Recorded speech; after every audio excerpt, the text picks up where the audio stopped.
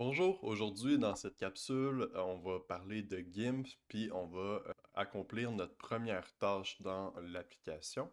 Donc, l'objectif, ça va être de prendre cette image-ci et on aimerait pouvoir enlever la partie transparente de cette image-là pour potentiellement l'ajouter à notre jeu vidéo, pour potentiellement l'ajouter à un autre endroit. Et ça, on peut faire ça grâce à GIMP, qui est un logiciel de traitement d'image, exactement comme un genre de Photoshop, sauf que GIMP a la particularité d'être gratuit. J'ouvre GIMP à l'instant. Vous voyez GIMP en ce moment, dans la partie centrale, il n'y a pas encore de projet. C'est là-dedans qu'on va importer notre image. Donc, pour importer une image, c'est très simple. On prend notre image qui est disponible dans notre explorateur de fichiers et on a juste à la glisser ici.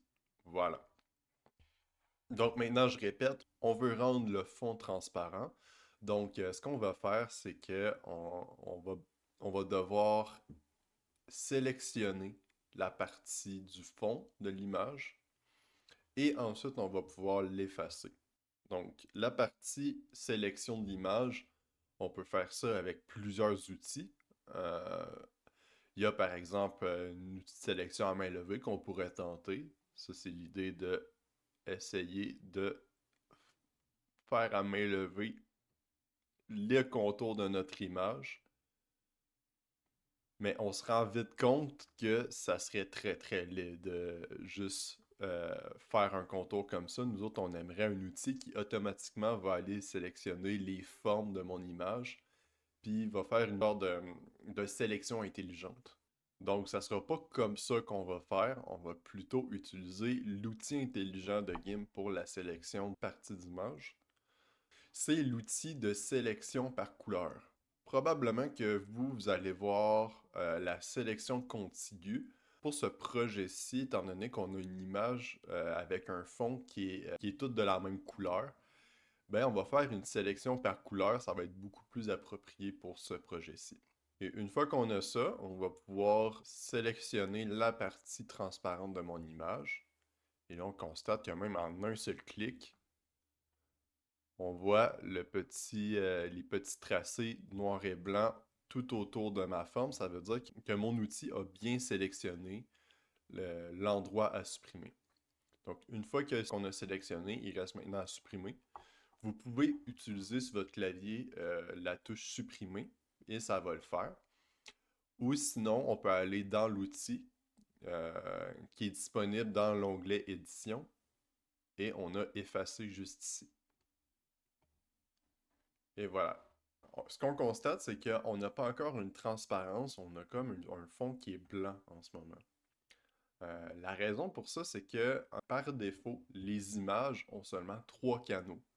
Ok, on l'a vu dans les notes de cours, on a le canal rouge, le canal vert et le canal bleu pour faire un RGB, Red, Green, Blue. Or, nous autres, on a besoin d'un quatrième canal pour faire une transparence avec les formats PNG. Ce quatrième canal-là, c'est ce qu'on appelle le canal alpha.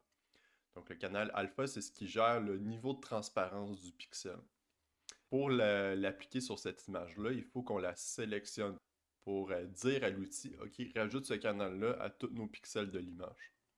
Ce quatrième canal-là, on peut l'insérer dans l'onglet calque. Et on voit, on a un menu de transparence qui est dédié à ça. Et on peut ajouter ce fameux canal alpha-là.